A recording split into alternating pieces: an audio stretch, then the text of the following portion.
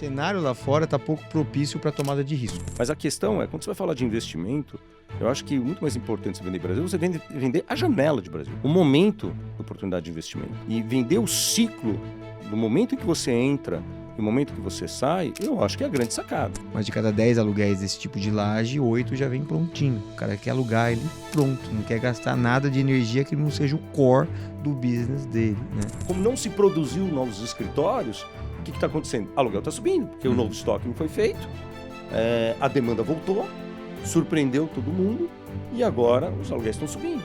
O mesmo efeito aqui na cidade brasileira.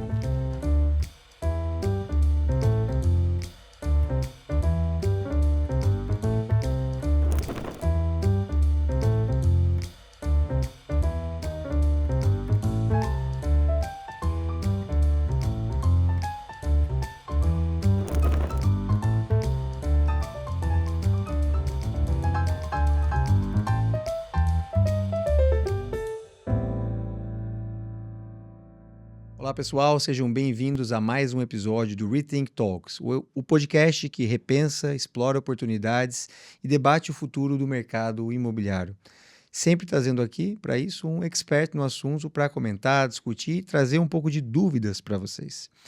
Pouca gente conhece tão profundamente o mercado imobiliário corporativo no Brasil quanto ele. O meu convidado de hoje é Adriano Sartori, amigo de longa data, que já viu esse setor atravessar crises, transformações e revoluções silenciosas. Hoje, ele ocupa uma posição muito importante no mercado imobiliário como presidente da CBRE Brasil e está no centro das decisões que moldam as grandes cidades. É formado em arquitetura e urbanismo pela Universidade de São Paulo, pela USP, com extensão em urbanismo pela Universidade de Concórdia, no Canadá. Adriano, seja bem-vindo, é um prazer ter você aqui hoje. A gente troca muitas figurinhas aqui, eu falei, um dia a gente precisa conversar, gravando um pouco essa conversa, porque eu acho que tem muitos frutos legais que a gente pode contribuir para a nossa audiência. É um prazer ter você aqui. Não, o prazer é meu. Muito obrigado pelo convite. Achei que você nunca ia me chamar, mas obrigado mesmo. A gente já se conhece há muitos anos, a gente admira muito o trabalho do GRI, a contribuição que o GRI deu para o mercado nesses últimos anos, desde quando vocês realmente entraram aqui no Brasil para valer e começaram a atrair o mercado, é fabulosa. Então, acho que muito do que nós vemos hoje no mercado, tanto do ponto de vista de investidores quanto ocupantes também, essa relação, muito disso foi mudado pelo próprio GRI. Então, parabéns. Sou um admirador do trabalho de vocês. Estamos aqui, vamos ver o que a gente pode contribuir no bate-papo. Agradeço as palavras e quero que, publicamente, como faço sempre, faço questão de dizer que em 2010, quando eu cheguei de Londres aqui no Brasil, bati na porta da CB lá, vocês, o Walter Cardoso, o Walter, o Danilo, o Edson, todos vocês me receberam, o Fernando também. Eu lembro que sentaram comigo numa mesa, um moleque ali de 30 anos de idade, explicaram, desenharam, quem é quem no mercado, você vai falar com esse cara aqui.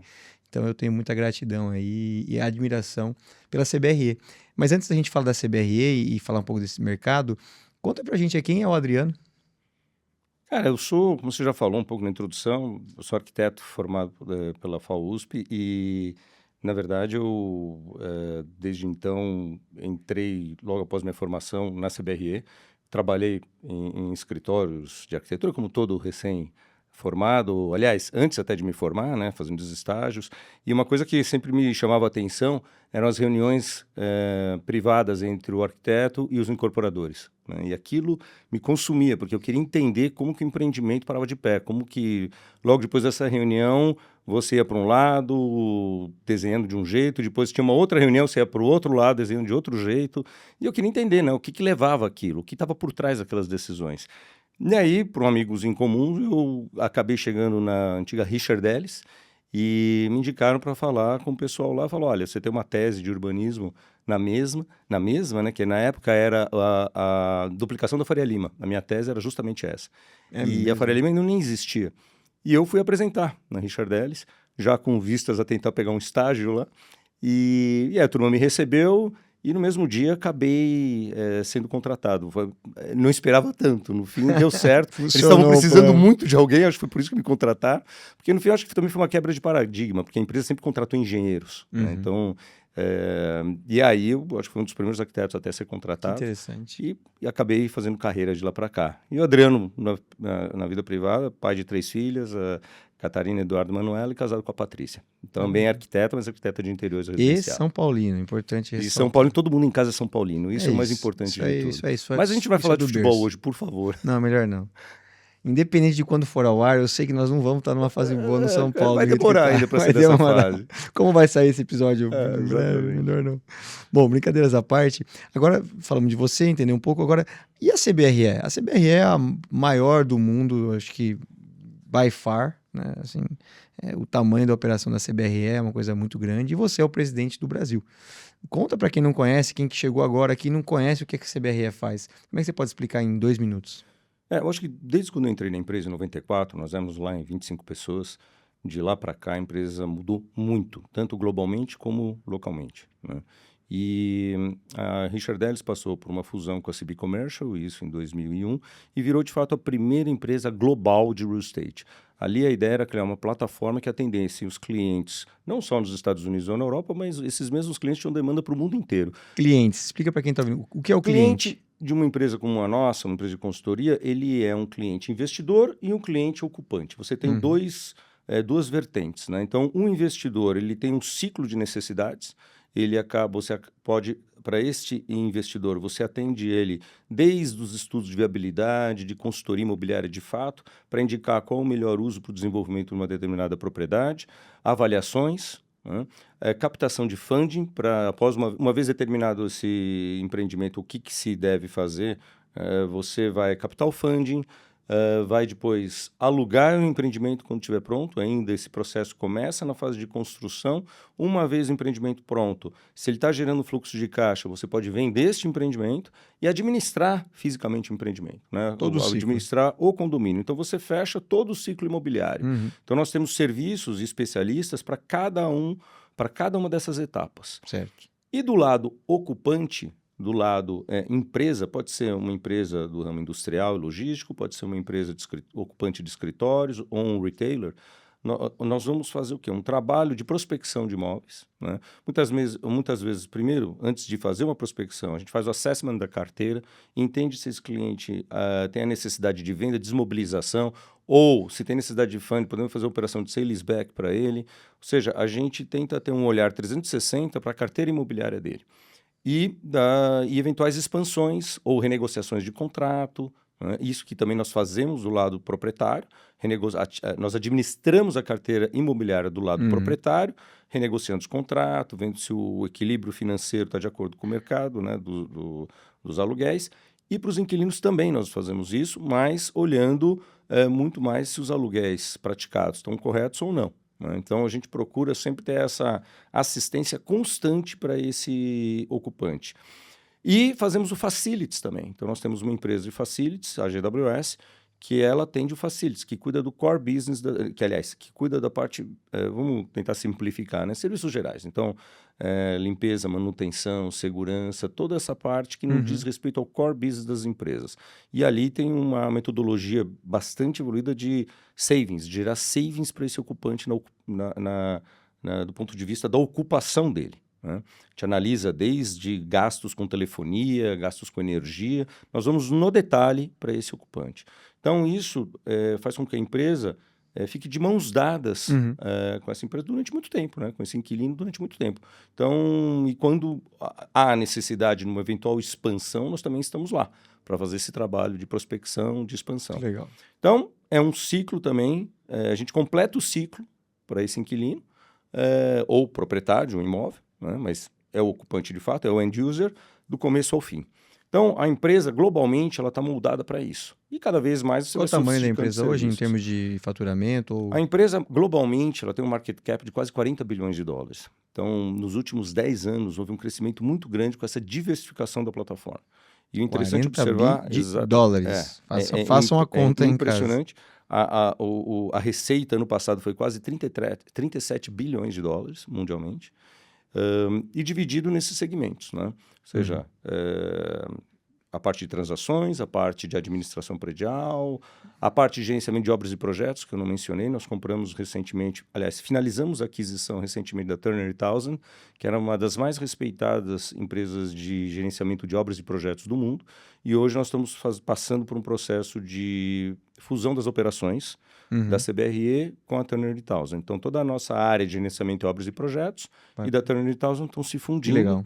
No Brasil, já é uma empresa grande aqui no Brasil, de gerenciamento da Turner, que a nossa também é. Então, as duas juntas agora, acho que Uma tem potência. condições de crescer ainda mais. E Legal. globalmente virou a maior empresa de gerenciamento de obras e projetos do mundo. Adriano, a gente... Mas só para finalizar, Claro, desculpa, ainda em termos absolutos, são mais de cerca de 150 mil colaboradores no mundo inteiro. Uau. No Brasil, nós somos quase em 2 mil colaboradores, né? Então, são várias antenas ligadas, a gente sempre fala isso. Várias antenas ligadas, captando informação, trabalhando dados, para que a gente possa converter isso em orientação para os nossos clientes, dos dois lados. E por isso que você trabalha 18 horas por dia, certo? Quase isso. Lá em casa todo está reclamando um pouco recentemente. Tá certo, posso imaginar. A gente combinava um pouco esse papo numa viagem de alguns dias atrás em Nova York. A gente estava lá em Nova York e você circulou lá, conversou com muitos fundos, participou de uma série de eventos, inclusive eventos do GRI, conversou com muita gente ali e a gente estava trocando uma figurinha um pouco sobre a percepção do investidor internacional com relação ao Brasil e a possibilidade de mudança, porque o cenário lá fora está pouco propício para tomada de risco, né? Muita turbulência, com tudo está acontecendo com a China, Estados Unidos, a guerra da Rússia com a Ucrânia, a questão do Oriente Médio lá com Israel. Está tão confuso, tão complexo tudo que o investidor precisa de um pouco de calmaria. Para além disso, tem a questão doméstica com o governo atual e todas as incertezas e o tamanho desse Estado. Isso gera alguma dificuldade de se imaginar investidores internacionais novos entrando no Brasil. Qual que é a sua leitura sobre isso? Eu tenho uma leitura um tanto quanto interessante. Queria que você explorasse um pouco esse aspecto. Eu acho que primeiro vamos dar um passo para trás, né? A gente tem que olhar do ponto de vista global. Do ponto de vista global, nós saímos ali da pandemia com volume de transações na ordem de $1 trilhão ano, em termos de compra, venda de ativos imobiliários, global, para um volume que caiu para $500 bilhões em 2023. Metade. Né? Metade. Só para você ter uma ideia, Estados Unidos, em 2022, naquele momento, em 2022, eram transacionados 800 bi, Estados Unidos representava um pouco mais de 600 bi. Para 2023, caiu pela metade a participação global dos investimentos dos Estados Unidos. Então, assim, ano passado, 24, houve um reaquecimento. Então, 2024, globalmente, foi para uns 700 bi, Estados Unidos, na ordem, uns 380 bi. Então, melhorou um pouquinho, mas ainda assim, caiu pela metade, praticamente, em termos nominais. O que quer dizer isso, né? Oportunidades surgiram nesses mercados também. Então, quando o investidor internacional ele olha o mapa global, ele vê onde ele vai alocar mais facilmente seus recursos, né? E um país desenvolvido com tantos ativos performados em cidades que têm um histórico de demanda muito grande e facilidade de obtenção de capital, muitos desses recursos são direcionados para outros países, né? Então, essa aversão a risco ela acabou dificultando a alocação de recursos em países como o Brasil. Então, primeiro tem um panorama global que tem que ser compreendido. Depois, quando você vai para o panorama local, eu acho que em nada tem ajudado a política de gastos do governo, né? Eu acho que isso cria um cenário de déficit fiscal muito sério. Então, muitos investidores acabam olhando e falam, bom, e aí? Onde essa história vai terminar, né? Mas, de novo, investidores estrangeiros estão no Brasil já há muito tempo, né? Vamos recordar ali a época dos IPOs, 2005, 2006. A turma já está aqui. A turma, os que estão aqui conhecem, obviamente, o mercado daqueles que ainda não estão, né? Óbvio que as pessoas sempre falam, Gustavo, pô, tem que vender Brasil, né? Quando você vai para fora, você tem que vender Brasil. Ok, nós somos patriotas, vamos falar bem do nosso país. Mas a questão é, quando você vai falar de investimento, eu acho que muito mais importante você vender Brasil, você vender a janela de Brasil, o momento da oportunidade de investimento. E vender o ciclo do momento em que você entra no momento que você sai, eu acho que é a grande sacada. E se você olhar as plataformas que estão aqui no país operando, as que mais se sobressaíram foram aquelas que tiveram uma leitura melhor do ciclo, né? Então, você vai entrar quando no mercado de escritórios?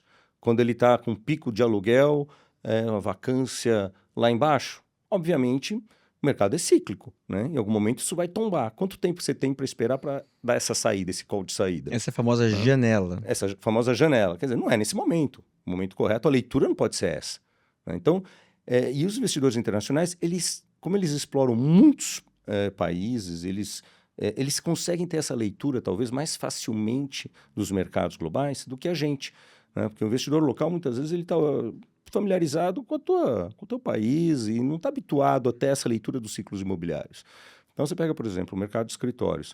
O mercado de escritórios é impressionante, ele tem um ciclo de pico para pico ali em torno de, sei lá, 8 anos, 10 anos, né? Se você pega o mercado de São Paulo, principalmente, taxa de vacância, você tem altos e baixos quase que monitorados ali. Então, por exemplo, nós estamos, antes de entrar na pandemia, nós estávamos atingindo o pico. Dali, em 2020, a gente olhava para frente, os próximos 3 anos, a gente projetava uma queda. Obviamente, com o evento da pandemia, a vacância subiu, ela se manteve em patamares elevados. Quem já estava com prédio em construção teve que entregar. Isso só piorou a questão da vacância à medida que os inquilinos devolveram áreas e os novos prédios entraram. Então, realmente foi um momento atípico do mercado. Ninguém poderia considerar aquela mudança de ciclo. Mas, passada a pandemia, em 2024, eu considero um ano de virada de verdade do mercado, porque se você olhar mercado de escritórios, shoppings, industrial logístico. O industrial logístico não sofreu tanto na pandemia, ao contrário, ele cresceu na pandemia, né? Mas se você olhar a maior parte dos mercados, em 2024 foi o ano de retomada. De fato, a vacância começou a cair, você tem a demanda, o volume de absorção bruta em todos esses mercados aumentando, né? E você tem um novo estoque controlado. E você voltou para níveis de ocupação em escritórios, shoppings, hotéis, né, pré-pandêmico. E então essa situação fez com que o mercado mostrasse força novamente. Então, quando você olha os fundamentos de todas dessas classes de ativos no Brasil, os fundamentos são bons. De um lado você tem demanda aquecida, você tem um novo estoque controlado, uma taxa de vacância caindo, né? Se você pega os principais, todos os mercados, em escritórios, todos os mercados têm taxa de vacância caindo. Todos. Industrial logístico, taxa de vacância hoje, pega um mercado como São Paulo, 9%. Brasil também, 9%. Caiu 2, 3 pontos percentuais em um ano. E depende do raio que você está, essa vacância é ainda menor. Né? Então, o que não está funcionando ainda? Os aluguéis. Os aluguéis precisam voltar a patamares que viabilizem novos empreendimentos. Por que o novo estoque hoje ele está controlado? Porque a conta não está fechando. Custo de capital elevado, né? Quase 15% de taxa de juros, quer dizer, o custo de capital do Brasil é elevado. A barra elevou para todo mundo, inclusive para o investidor estrangeiro. Muita gente pergunta, né? Às vezes alguns proprietários até, ou desenvolvedores que não estão tão habituados a fazer transações com o investidor internacional, falam, poxa, mas o sujeito está comprando o Brasil barato hoje.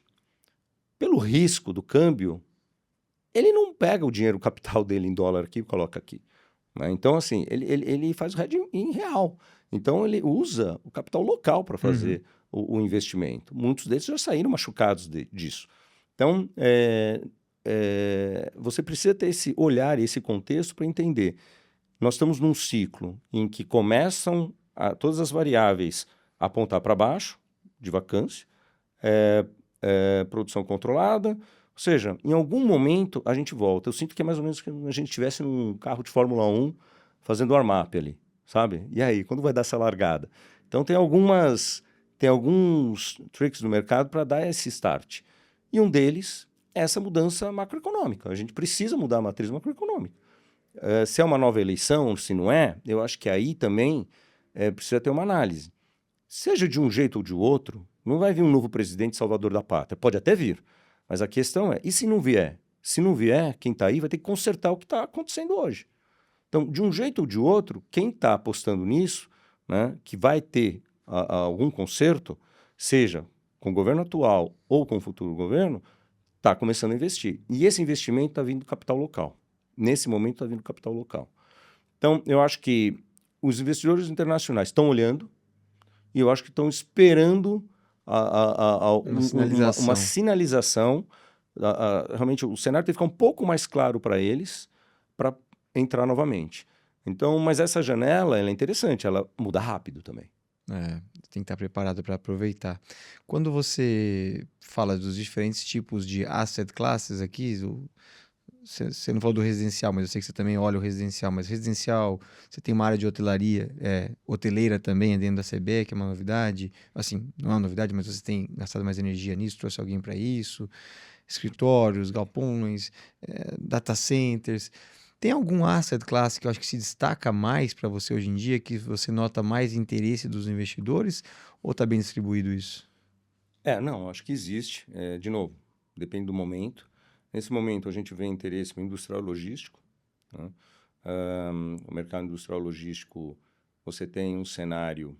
e aí o mercado de shoppings e industrial logístico, os dois, de alguma maneira, têm os mesmos drives, né? Porque você tem uma taxa de desemprego ao redor de 7%, em tese controlada, né? Baixa. Você tem uma inflação que, apesar de estar acima da meta, é uma inflação, vamos dizer, estável, um patamar um pouco mais elevado do que o desejável. Então, são duas variáveis que permitem que o consumidor faça aquisições, né? Que ele vá às compras.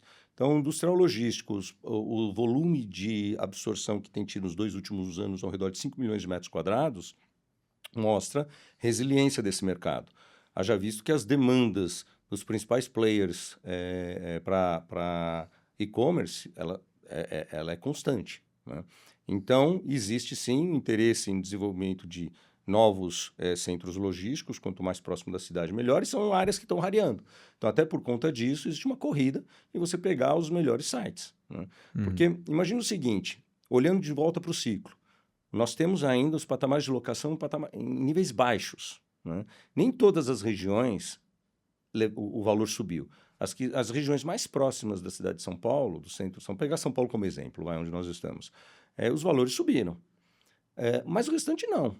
Então, quando esse patamar volta, está todo mundo se preparando para isso. Quando ele Uhum. volta, já é tarde, porque aí a viabilidade vai ser pior. Então, você tem que se preparar para pegar essa volta antes. Uhum. Então, sim, eu acho que o industrial logístico é bastante procurado. Hotelaria voltou para a pauta, né? Eu acho que aí tem alguns pontos. Primeiro, nós viemos da pandemia. Naquele momento, a hotelaria sofreu e muito com a pandemia. A gente está vendo agora, você pegar os drivers de hotelaria, você pega as ADRs, né? Ou seja, as médias dos valores hoje praticados. Eu não lembro assim há quanto tempo tinha $500 de diária em hotéis de São Paulo. Hoje você tem Brasil, você tem vários hotéis praticando diárias acima de $500, né? Por quê? Você tem uma taxa de ocupação ao redor de 65%, você tem um mercado hoje de experiência, um mercado de busca por luxo, por novas experiências que antes a gente não tinha. Uhum. Se a gente olhar para trás, pandemias, pessoas acabaram buscando morar em locais diferentes, buscaram sair mais do meio que elas acostumavam a viver, né? E isso provocou essa mobilidade maior. E se a gente considerar, por exemplo, dólar nos patamares que estão, ou o euro, está muito difícil ir para o exterior. Então, o Consumidor. turismo Uhum. interno aumentou demais, né? Você Uhum. tem Brasil, mais ou menos 90 milhões de turistas internos, 6 milhões e pouco de internacionais, né? Então, quer dizer, é basicamente o turismo interno que faz o nosso mercado de Sim. hotelaria. E essa busca por experiência, que aliás é em todos os mercados, tá? Depois a gente pode voltar a esse ponto, quando a gente Quero. repensa o mercado imobiliário, eu acho que a gente tem que repensar a questão da experiência. É a experiência na ocupação do escritório, É isso aí. é a experiência na hotelaria, é a experiência no residencial, com o brand residence. Então, quando você fala em brand res hoje, trazer uma marca, trazer uma experiência para aquele lançamento residencial que antes não tinha, né? Mas por quê? Porque o consumidor está querendo alguma coisa diferente também. De Uhum. novo, passa por essa questão da experiência. Então, eu acho que tudo isso junto fez com que esses setores começassem a serem mais buscados. Mas é assim, cada um dentro do seu respectivo volume, né? Então, existe também a necessidade de criar liquidez para esses mercados. E você vê recentemente alguns grandes fundos criando fundos imobiliários de maior porte, por exemplo, no mercado de hotelaria. Isso é ótimo, né? Tem 1 ou 2 players, no mínimo, começando agora com fundos maiores, isso é muito bom, Da liquidez. porque dá liquidez de É. saída. Porque isso é outro ponto, né? Quer dizer, você só vai investir, se você é um investidor internacional, que você vai investir em algum local, você está pensando em sair ali na frente para completar Quem o que vai me ciclo. comprar lá na Quem vai me frente? comprar? É. Exato. Porra, se não tem ninguém para te comprar, por que eu vou fazer um investimento? Porque é uma dúvida no multifamily, né? Quando falam que vai crescer, quem vai comprar esses caras Exato. O depois? multifamily é um mercado que está crescente, né? Você pega um mercado, é um mercado que a gente aposta, é um mercado que a gente já entrou, é um mercado que nós temos feito tanto venda quanto locação de unidades, mais voltados para ocupantes de escritórios, né? Que necessitam alocar seus funcionários Uhum. em residenciais multifamily. Estudos vocacionais, avaliações. Então, o multifamily é um mercado que no Brasil hoje, Gustavo, ao redor de 10 mil unidades prontas. Você fala, pô, 10 mil unidades prontas, ok, né, pelo período em que começou, só que aí você pega Chile, 100 mil unidades multifamily. É 10 vezes Né? maior do Brasil. O Brasil é Eu não tinha esse muito maior número. que o Eu não Chile. tinha esse número. Muito Então, legal. Chile, eu não vou nem comentar o mercado americano. O mercado americano são 17 milhões e 800 mil unidades multifamily. Então, claro, não vou comentar, não dá para comparar com o mercado dos Estados Unidos. Mas se pegar uma ordem, sei lá, matricial, o Brasil é 10, os Estados Unidos é 10 vezes maior que o Brasil, então, quer dizer, então vamos comparar com 10% disso, mas mesmo assim, né? 10 mil unidades é nada. Então, nem todos os players de multifamily estão nesse mercado porque ainda não tem a liquidez necessária para dar entrada e saída, principalmente para dar saída. Então, ele vai ganhar tração. E ali, quando a gente olha esse mercado multifamily, de novo, você vem pega uma cidade como São Paulo. Pega uma cidade, por exemplo, vamos pegar Nova York. Pega Nova York. Nova York, por que multifamily em Nova York é um negócio que... e isso é outra coisa, né? Você falou, poxa, tem demanda para multifamily em Nova York. Tem investidores locais aqui investindo em multifamily em Nova York. Sim. Mas por quê? Porque é um mercado que tem 70% das pessoas que moram em Manhattan, por exemplo, elas vivem de aluguel. É uma cidade considerada uma cidade transitória. É uma cidade cara para você comprar algum ativo. E por ser transitório, por que você vai imobilizar? É melhor se alugar. E é melhor se alugar num espaço que é todo mobiliado, onde ele tenha uma experiência de serviços de volta para a questão de experiência. Mesma coisa Brasil. Quer dizer, São Paulo está ficando uma cidade cada vez mais cara. Né? Vamos fazer uma analogia, guardadas as devidas proporções com Manhattan. É uma cidade que está ficando cara. Né? Financiamento nem se fala, acesso a financiamento está muito mais difícil, cada vez mais difícil. Pode melhorar? Pode, mas jovem casal, talvez seja mais fácil alugar, né, do que comprar. É uma cidade que atrai gente de fora, por conta do poder, da força de trabalho daqui.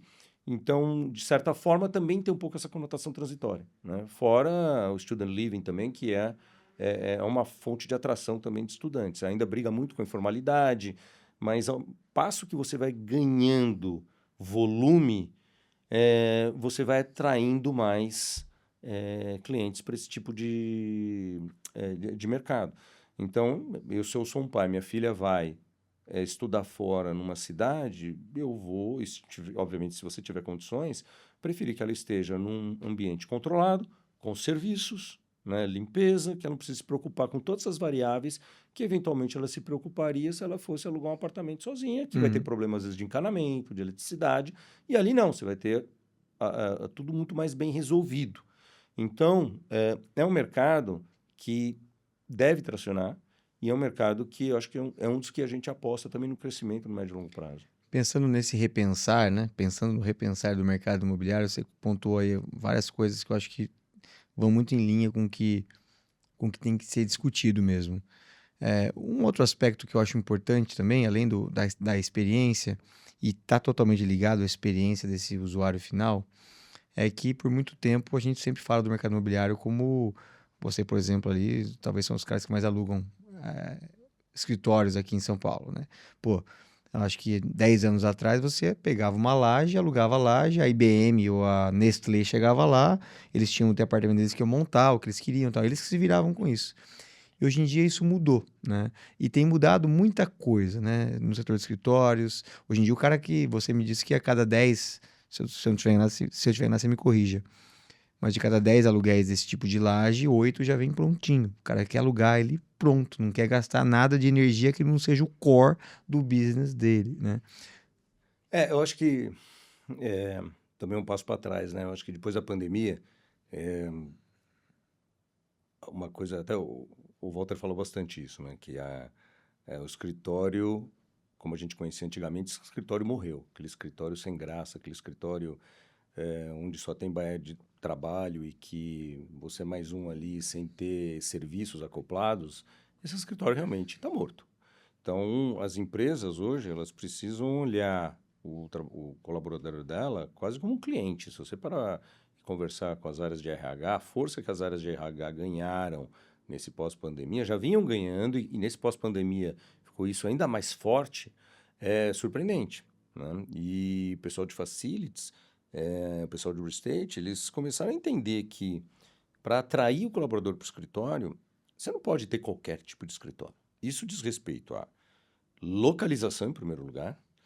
Então, antigamente, quando o mercado ainda não era tão seletivo, você poderia fazer um prédio especulativo numa região mais inóspita. Ah, o terreno é barato, o tijolo, obviamente, o preço é o mesmo, mas eu não preciso fazer exatamente um triple A ali, vou fazer um prédio ok, tem um acesso ali, existe acesso, mas não tem onde comer, não tem.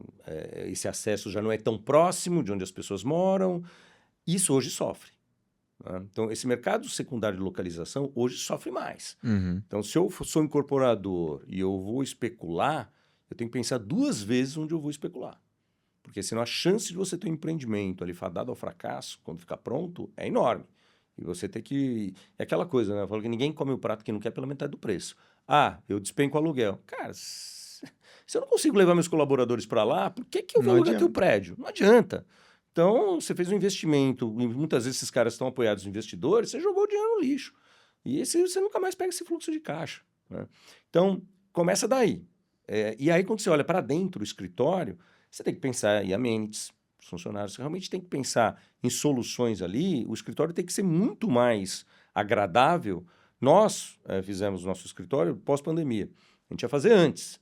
No fim, demos sorte, não acabamos não alugando e alugamos no pós-pandemia. E ali a gente repensou com base em tudo isso. Então, você tem um restaurante, não, grande restaurante, mas é uma cafeteria muito bem montada. Você tem áreas onde as pessoas se encontram, a gente provoca encontros entre as pessoas para discutirem projetos, para discutirem novas ideias, né? Você tem salas generosas, você tem estações de trabalho que são mais generosas. A nossa ocupação, por exemplo, antes da pandemia era 1:7, hoje é 1:12 metros quadrados. Então, ficou um escritório muito mais lúdico, um escritório muito mais interessante. Uhum. E não preciso forçar ninguém para lá. As pessoas vão porque elas sentem bem lá dentro. A vibe mudou completamente. Então, as pessoas vão. E é isso que as empresas estão buscando hoje, né? E é claro, quando você pensa em uma relocalização, hoje com o custo de capital mais elevado, você prefere tentar pegar alguma coisa montada do que investir tudo do zero. Então, quando eu comentei isso com você, era de algumas regiões específicas, né? Onde, coincidentemente, as transações ocorridas nos últimos 12 meses, ali quase 70%, 80% foram de escritórios montados. Porém, isso também está acabando. Aquele escritório montado, deixado por aquela empresa na época da pandemia, hoje já virou raro de você encontrar, né? Porque as empresas voltaram. Você tinha aí Isso Brasil, quando você enxerga Brasil, as empresas estavam naquele modelo híbrido, dois dias por semana no escritório, depois passou para 3 dias por semana para o escritório. Hoje é raro encontrar 3 dias por semana para o escritório. Normalmente é 4 a 5.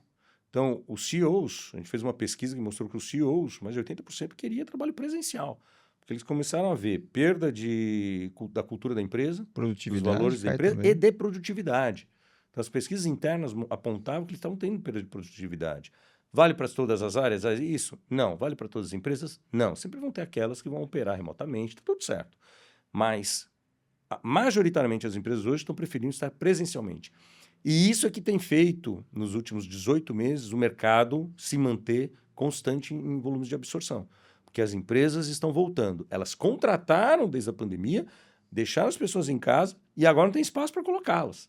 Então, agora que elas estão voltando, elas estão precisando encontrar um novo escritório, né? Elas estão buscando novos escritórios.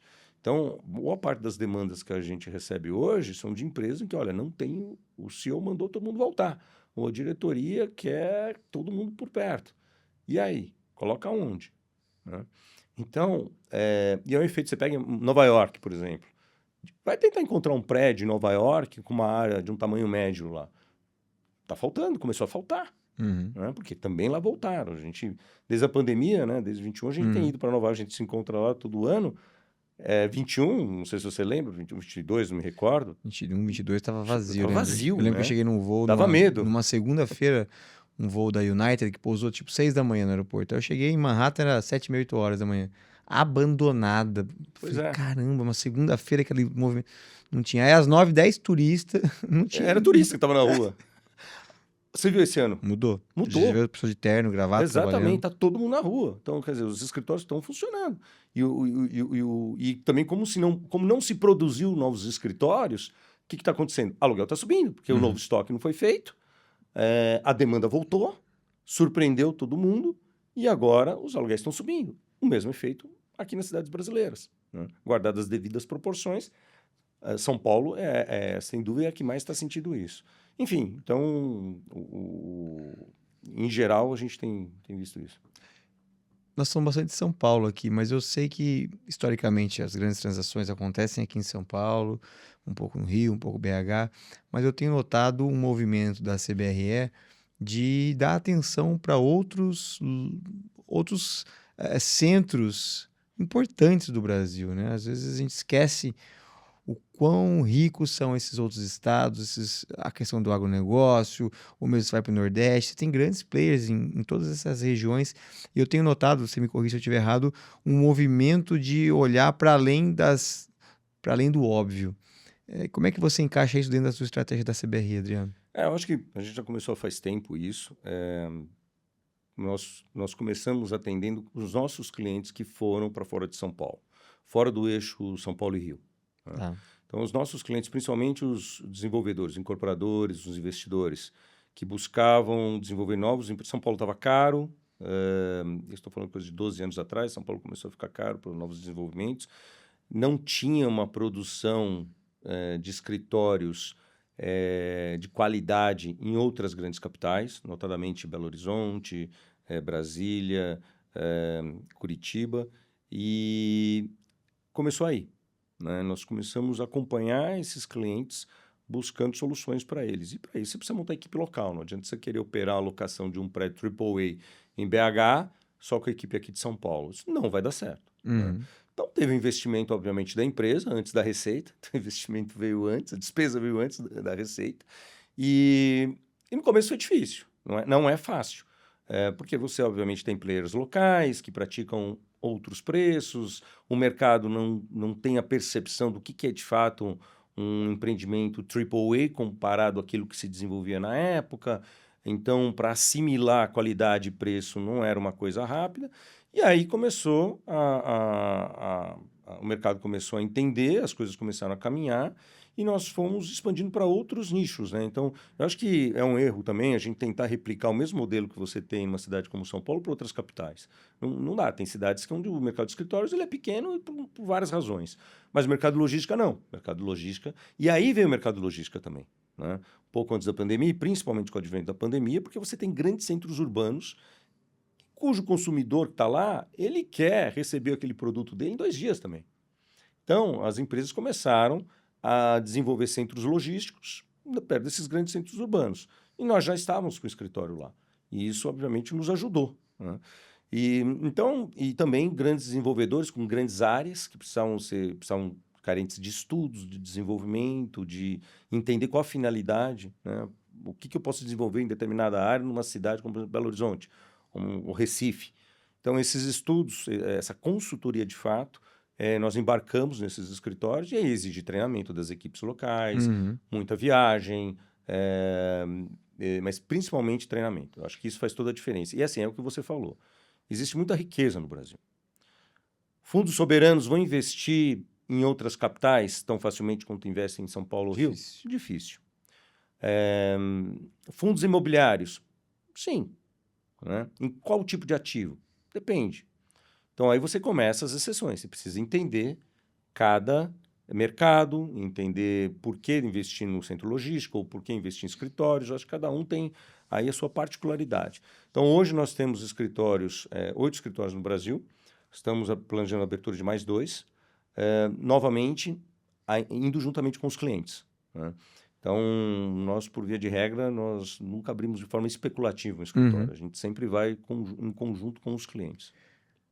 Pensando em repensar em mudanças que vêm por aí, eu acho que talvez uma coisa relevante que vai acontecer tem ligação com a reforma tributária. E você falou muito de logística, etc.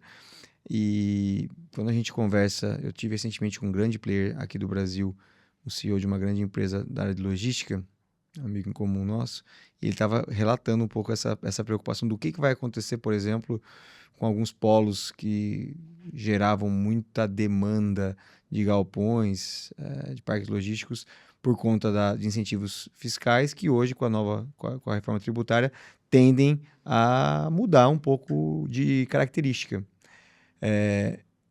Qual é a sua leitura disso aí? Você está se preparando para isso? Sua equipe está olhando de que maneira para isso?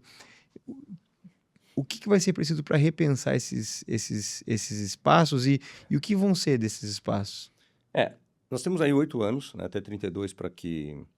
Menos de 8 agora, mas para que a gente consiga entender de fato o impacto da reforma tributária. Mas, obviamente, algum impacto vai ter, né? Aquelas indústrias que foram atrás de benefícios em outros estados, talvez não faça mais sentido o deslocamento e, inclusive, a falta de mão de obra, que esse é um Uhum. problema Brasil, né? A gente esqueceu Mundo, de falar viu? aqui, mundo e Brasil, Mão de né? Você obra. pegar, por exemplo, o setor logístico, falta caminhoneiro. Uhum. Caminhoneiro está indo trabalhar na Europa, né? Então, mais estabilidade, salários melhores, uma jornada menor, distâncias talvez menores, menos risco de vida, Estradas melhores, estradas condições de melhores. trabalhos Tem trabalho na melhores. Europa e um está puxando o outro, né? É. Então, a gente já começa daí. Então, essas vantagens que muitas indústrias obtiveram no passado e até continuam obtendo, tem data para acabar. Faz sentido, por exemplo, chegar com uma mercadoria no Porto de Santos, depois mandar para Santa Catarina para desembaraçar, depois voltar para cá? Talvez não mais, né? Eu preciso ter... Eu estou pegando Santa Catarina como exemplo, porque Santa Catarina tem 5 portos, então acho que o mercado de Santa Catarina é um mercado pleno emprego, né, com fortes indústrias e que vai continuar tendo demanda por exemplo, galpões logísticos. Mas eventualmente, aquele player que está lá hoje por conta disso, especificamente por conta disso, talvez não faça mais sentido estar, Uhum. né? Outros, certamente, sim, mas talvez esse não. Então, eu acho que isso, de alguma maneira, vai dar uma repensada nessa localização macro das indústrias no país. Então, tanto é assim que, se você parar para ver, São Paulo, no início, estava contra a reforma tributária. Depois, o governador passou a ficar a favor, Só veja bem, né? acho que talvez. Então, acho que ele também está olhando isso. Então, assim, de certa forma, vai mudar. O mapa vai mudar, né? Todo mundo fala, pô, o que vai ser de extrema? Ninguém sabe o que vai ser de extrema. Pode ser que extrema já não tenha o mesmo apetite que está acontecendo, que está tendo novos desenvolvimentos em extrema, né? Sempre vem essa questão de extrema como exemplo, né? Sim. Por incrível que pareça, nós temos demanda para extrema hoje. As pessoas falam, acabou extrema. Não sei, Ainda tem né? demanda. Nós ainda temos demanda para extrema. São bons 8 anos Então, aí. exato. Então, obviamente é uma conta, tem que fechar essa conta. Agora, tem gente que está vendo mais no longo prazo ainda, por uma questão macro, localização, logística, vai para cada empresa isso. Uhum. Ainda é cedo, eu acho que a gente bateu o martelo em alguma coisa, mas sem dúvida nenhuma, um mapa macro em termos de localização das empresas vai mudar. Vai ser repensado. Adriano, muito legal. A gente está chegando quase no final aqui. Eu quero aproveitar para mergulhar um pouco em termos de lições dessas 3 décadas de carreira aí. Lições que fazem parte do seu processo decisório hoje em dia. Quando você tem que tomar uma decisão importante à frente da CBRE, que tipo de elementos você sempre considera? Boa pergunta. Acho que algumas até estão no subconsciente, né? A gente não Sim. escreve, mas... Acho que a primeira delas é nada é para sempre. Então, aquelas regras que você escreve na pedra e leva aquilo para sempre, esse é o primeiro erro. As coisas mudam. Nós estamos num país que está em constante mudança. Ainda é um país novo. É um país em que muitos modelos estão sendo testados, né? A gente falou do multifamily. Ainda tem um encontro da demanda com o desenvolvimento aqui do que os desenvolvedores estão colocando como produto. É o certo ou não é? Sabe, eu estou pegando isso como exemplo, mas porque Sim. nem tudo está testado. É. Então, a gente precisa ter cuidado com isso, né? O que um ocupante muitas vezes deseja não é necessariamente aquilo que ele imaginava, ele de repente você levar alguma coisa diferente para ele, provocar ele, né? Então, aquele nicho de mercado não funciona. Cara, não funcionou um determinado período, pode ser que funcione agora. Então, eu acho que ter essa mentalidade de que nada é para sempre é o primeiro passo para você se tornar uma empresa mais ágil. E eu acho que o segundo, assim, você tem que ser muito persistente. Nada é do dia para a noite. Hoje, eu acho que mais do que a tua formação ou aquela sabedoria que você tem, ou conhecimento que você adquiriu na sua carreira, talvez isso não tenha tanto valor hoje quanto a capacidade de novos aprendizados. Eu acho que isso é o que a gente tenta passar constantemente para a nossa equipe.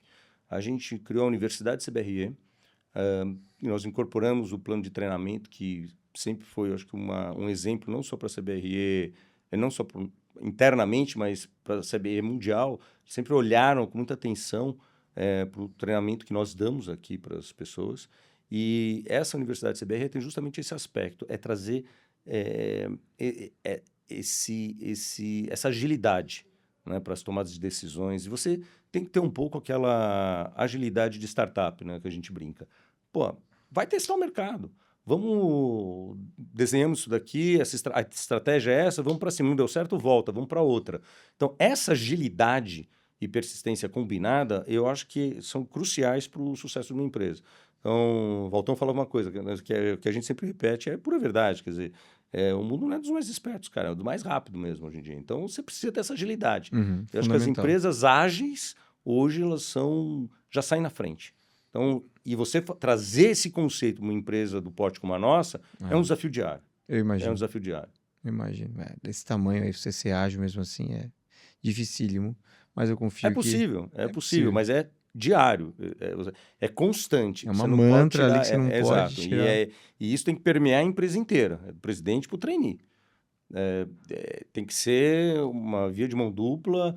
Então, é uma empresa de portas abertas, é uma empresa que não tem hierarquia para você chegar, entrar. O trainee pode entrar na minha sala, conversar comigo, não precisa ficar marcando hora. Muitas vezes eles tentam marcar porque eles não me encontram, mas é fácil falar com qualquer diretor.